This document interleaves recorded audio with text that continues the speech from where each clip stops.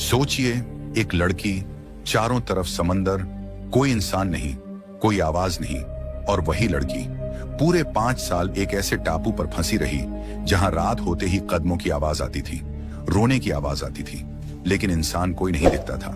सबसे डरावनी बात यह नहीं है कि वो कैसे जिंदा रही, डरावनी बात यह है कि 5वें साल के आखिरी दिन उसे क्या दिखा, जिसके बाद उसकी जिंदगी हमेशा के लिए बदल गई। इस कहानी का आखिरी सच आपका दिमाग हिला देगा। वीडियो छोड़ना आसान नहीं होगा। रिया एक समुद्री रिसर्च मिशन पर निकली थी। आसमान साफ था, समुद्र शांत लग रहा था, लेकिन मौसम की भविष्यवाणी गलत साबित हुई। जैसे ही हेलीकॉप्टर खुले समुद्र के ऊपर पहुंचा, अचानक काले बादल घिर, तेज हवाओं ने हेलीकॉप्टर को झकझोरना शुरू कर दिया। पायलट कुछ समझ पाता उससे पहले ही बिजली चमकी और जोरदार धमाके के साथ इंजन बंद हो गया। हेलीकॉप्टर गोल गोल घूमने लगा। रिया की चीखें शोर में दब गईं। अगले ही पल वह बर्फ जैसे ठंडे पानी में जा गिरी। लहरें उसे डुबोने लगी, सांस टूट रही थी। किसी तरह वह बहती हुई एक चट्टान से टकराई और बेहोश हो गई। जब आंख खुली तो सूरज ढल रहा था। सामने एक अजीब सा द्वीप था, घना जंगल, ऊंची चट्टानें और चारों तरफ सन्नाटा। न कोई इंसान, न कोई आवाज। तभी रिया को एहसास हुआ वह किसी नक्शे से बाहर की जगह पर फंस चुकी है, और यह सिर्फ एक हादसा नहीं था, यह शुरुआत थी। रिया धीरे धीरे उठी। सिर दर्द से फट रहा था और शरीर पर जगह जगह चोट के निशान थे। उसने चारों ओर देखा, दूर तक फैला समुद्र, ऊंचे ऊंचे पेड़ और सन्नाटा, इतना गहरा कि दिल बैठ जाए। उसने जोर से चिल्लाया, कोई है? उसकी आवाज टकराकर वापस आ गई, लेकिन जवाब में सिर्फ लहरों की गूंज थी।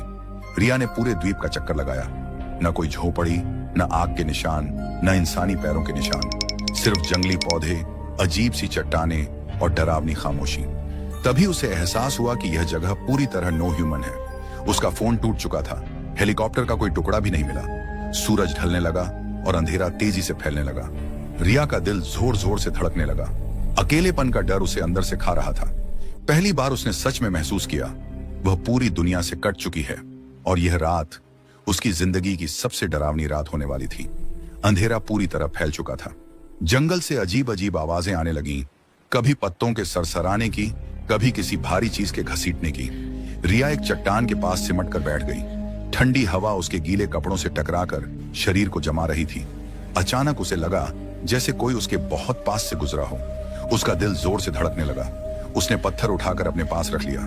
तभी झाड़ियों में साफ साफ कदमों की आवाज आई। रिया की सांसें रुक गईं। वह चिल्लाना चाहती थी, लेकिन आवाज गले में ही अटक गई। कुछ पल बाद सब शांत हो गया, जैसे कुछ था ही नहीं। लेकिन डर खत्म नहीं हुआ। आधी रात को उसे दूर किसी के रोने जैसी आवाज सुनाई दी। वह कांपने लगी। यह जानवर नहीं हो सकता था। सुबह होने तक रिया की आंखों में नींद नहीं आई। सूरज की पहली किरण के साथ उसने राहत की सांस ली, लेकिन मन में एक सवाल गूंज रहा था। अगर यह द्वीप खाली है तो रात में कौन चल रहा था? सुबह की रोशनी ने डर को थोड़ा पीछे धकेल दिया, लेकिन खतरा अभी भी हर तरफ था। रिया समझ चुकी थी कि अगर उसे जिंदा रहना है तो रोने से कुछ नहीं होगा। उसने समुद्र किनारे टूटे नारियल खोजे और पत्थर से तोड़कर पानी पिया। बारिश का पानी इकट्ठा करने के लिए उसने बड़े पत्तों का सहारा लिया। भूख से पेट ऐंठ रहा था, इसलिए उसने उथले पानी में मछलियां पकड़ने की कोशिश की। शाम तक उसने लकड़ियों और पत्तों से एक छोटी सी झोपड़ी बना ली, लेकिन जैसे ही रात हुई वही डर वापस आ गया। दूर जंगल में आग जैसी लाल चमक दिखाई दी और फिर वही पैरों की आवाज। रिया आग जलाने की हिम्मत नहीं कर पाई। डर था कि कोई उसे देख न ले। वह पूरी रात जागती रही, हाथ में पत्थर पकड़े। उसे एहसास हो गया था यह सिर्फ जिंदा रहने की लड़ाई नहीं है, बल्कि किसी अनदेखी ताकत से बचने की जंग है, जो हर रात और करीब आ रही थी। दिन, हफ्ते और महीने कैसे बीत गए, रिया को खुद पता नहीं चला। उसने सूरज की दिशा और चांद के बदलते आकार से समय गिनना सीख लिया था। एक पूरा साल बीत चुका था। रिया ने समुद्र किनारे बड़े बड़े पत्थरों से हेल्प लिखा, ताकि ऊपर से उड़ने वाला कोई जहाज या हेलीकॉप्टर उसे देख सके।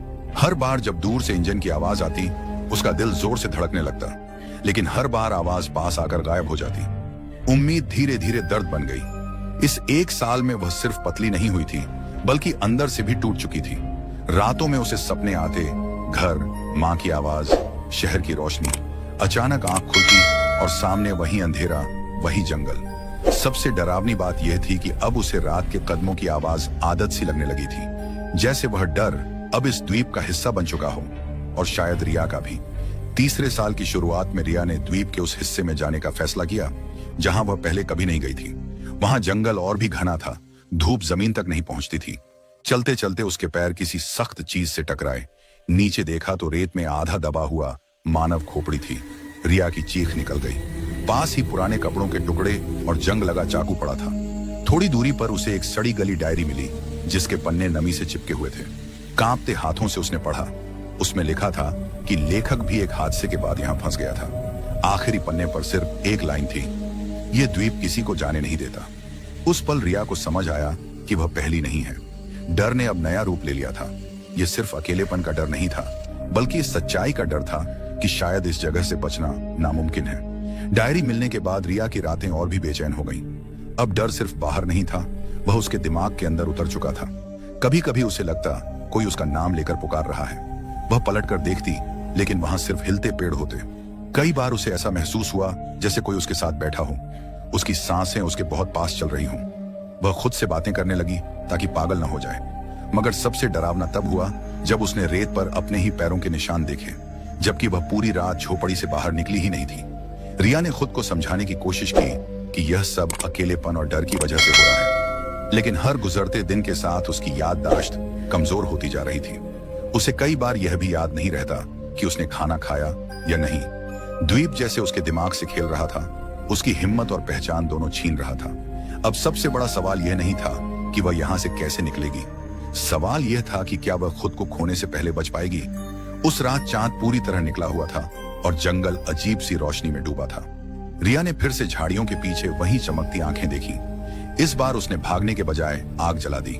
आग की लपटें उठी तो अंधेरा पीछे हटने लगा। तभी झाड़ियों से एक आकृति बाहर आई।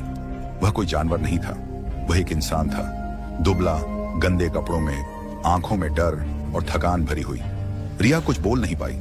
सामने खड़ा आदमी भी कुछ पल चुप रहा, जैसे उसे यकीन ही ना हो कि वह किसी इंसान को देख रहा है। उसने कांपती आवाज में कहा कि वह भी सालों से इस द्वीप में फंसा है। उसने बताया कि यहाँ रातें इंसान की सोच बदल देती हैं और जो डर दिखता है वह हमेशा असली नहीं होता। उस पल रिया को लगा कि शायद वह अकेली नहीं है, लेकिन उसी के साथ एक नया डर भी जन्म ले चुका था। अगर यह आदमी सच बोल रहा है तो वह इतने सालों तक जिंदा कैसे रहा, और अगर झूठ बोल रहा है तो असल में वह है कौन। अगली सुबह रिया ने उस आदमी से फिर मिलने की कोशिश की। वह समुद्र किनारे बैठा पत्थरों पर कुछ निशान बना रहा था। उसने बताया कि उसका नाम अर्जुन है और वह एक जहाज के डूबने के बाद यहाँ आ फंसा था। अर्जुन ने कहा कि इस द्वीप का समय अलग तरह से चलता है, यहाँ उम्मीद रखने वाला सबसे पहले टूटता है। उसने बताया कि कई बार उसे भी आवाजें सुनाई देती थीं, चेहरे दिखते थे, लेकिन वे असली नहीं होते। अर्जुन ने रिया को चेतावनी दी कि समुद्र पर भरोसा मत करना, वह आखिरी दिन तक झूठा रहता है। जब रिया ने पूछा कि आखिरी दिन का मतलब क्या है, तो अर्जुन चुप हो गया। उसकी आंखों में अजीब सी उदासी थी। उसने बस इतना कहा, हर इंसान को यहाँ एक मौका मिलता है, लेकिन उसकी कीमत बहुत भारी होती है। उस पल रिया समझ गई कि इस द्वीप का असली डर भूख या अकेलापन नहीं है, बल्कि वह रहस्य है जो धीरे धीरे इंसान की आत्मा को तोड़ देता है। 5 साल पूरे हो चुके थे। रिया अब दुबली, कमजोर लेकिन हिम्मत वाली हो गई थी। उसने सीखा था कि कैसे बारिश का पानी जमा करना है, मछली पकड़ना है और जंगल में खुद को बचाना है। लेकिन आज कुछ अलग लग रहा था। समुद्र असामान्य रूप से शांत था। लहरें धीरे धीरे किनारे तक आ रही थी। आसमान साफ था, जैसे पिछले सारे तूफान और डर छुप गए हों। अर्जुन ने कहा, आज आखिरी दिन है, जो होना है वह आज होगा। रिया ने दूर देखते हुए हल्की सी आवाज सुनी, जहाज की इंजन की गूंज। उसका दिल जोर से धड़कने लगा। उसने दौड़ लगाई। हर कदम पर पैर जमीन में गहरे धंस रहे थे। हवा में नमक की गंध और दूर से आती रोशनी। ऐसा लगा जैसे उम्मीद ने आखिरकार उसे पकड़ लिया। लेकिन उसका ध्यान उसी जगह गया जहां अर्जुन खड़ा था। वह अब वहां नहीं था, जैसे वह कभी था ही नहीं। रिया समझ गई कि यह द्वीप अपनी शर्तों पर ही इंसान को छोड़ता है। आज उसका अंतिम मौका था, बचने का या फिर रह जाने का। रिया ने जहाज की रोशनी की तरफ दौड़ लगाई। उसका दिल धड़क रहा था, सांसें तेज और पैरों की चाल असमंजस में। जैसे ही वह किनारे पहुंची, जहाज करीब आने लगा। उसने हाथ हिलाया, जोर से चिल्लाया, लेकिन तभी पीछे मुड़कर देखा, अर्जुन का वही आदमी जो सालों से उसका साथी और मार्गदर्शक था, गायब था। वह जगह खाली थी, झाड़ियों में सिर्फ हवा हिल रही थी। रिया डर के मारे जम गई। कहां गया, कहां? वह चीख पड़ी। कुछ समझ नहीं आया। जहाज के लोग उसे लेने आए, लेकिन रिया की आंखों में वही सवाल था, क्या अर्जुन कभी था ही, या यह द्वीप उसके दिमाग का खेल था? रिया जहाज पर चढ़ गई, लेकिन जब उसने समुद्र की तरफ देखा, वहीं उसने देखा उस जगह पर पानी पर पैरों के निशान नहीं, लेकिन जैसे कोई उसकी ओर देख रहा हो। रिया की रूह कांप गई।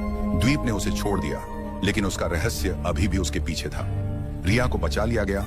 जहाज की रोशनी और इंसानी आवाजें उसे असली दुनिया में वापस ले गईं। लेकिन दिल में एक अजीब खालीपन था। जैसे ही जहाज द्वीप से दूर जाने लगा, उसने किनारे देखा। वहीं समुद्र के किनारे पत्थरों पर कुछ लिखा था। रिया की आंखें फटी की फटी रह गईं। पत्थरों पर लिखा था 5 years no human। उसके हाथ कांप गए। उसने और ध्यान से देखा और उसके पैरों के पास उसका ही नाम पहले से लिखा हुआ था। जैसे यह लिखा पहले से था, जैसे द्वीप जानता था कि वह आने वाली थी। रिया की सांसें रुक गईं। मन में सवाल उठ रहे थे।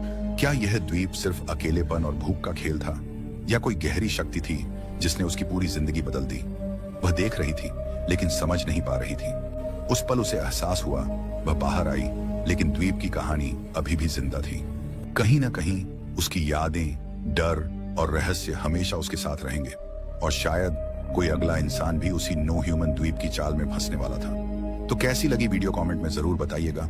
और ऐसी ही सत्य घटना पर आधारित और जीवन में कुछ सीखने वाली कहानी को देखने के लिए हमारे चैनल माइंड क्रेनो को सब्सक्राइब कर लें, ताकि हम लोग को भी कुछ सपोर्ट मिल सके। तो धन्यवाद आप सभी का। मिलते हैं कुछ अच्छे और सत्य घटना पर आधारित वीडियो के साथ।